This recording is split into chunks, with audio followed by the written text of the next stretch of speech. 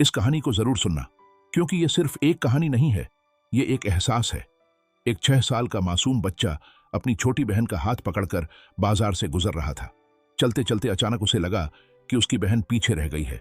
वह तुरंत रुका, पीछे मुड़कर देखा तो पाया कि उसकी छोटी बहन एक खिलौने की दुकान के सामने खड़ी होकर किसी खिलौने को बड़ी मासूमियत से निहार रही है।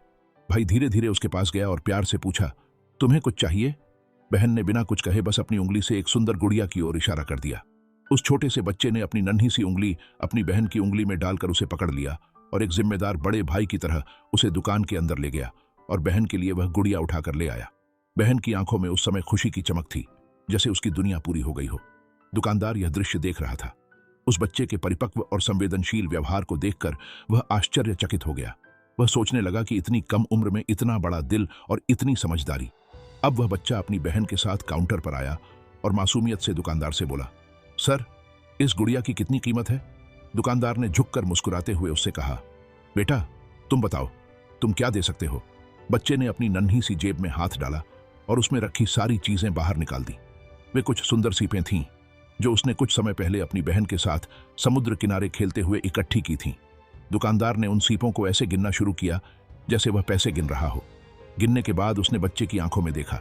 बच्चा थोड़ा चिंतित होकर बोला, सर, क्या कुछ कम है? दुकानदार ने मुस्कुराते हुए कहा, नहीं बेटा, नहीं, यह तो इस गुड़िया की कीमत से कहीं ज्यादा है। मैं बाकी तुम्हें लौटा देता हूं। यह कहकर उसने 4 सीपें अपने पास रखीं और बाकी सीपें वापस बच्चे की नन्ही हथेली में रख दी।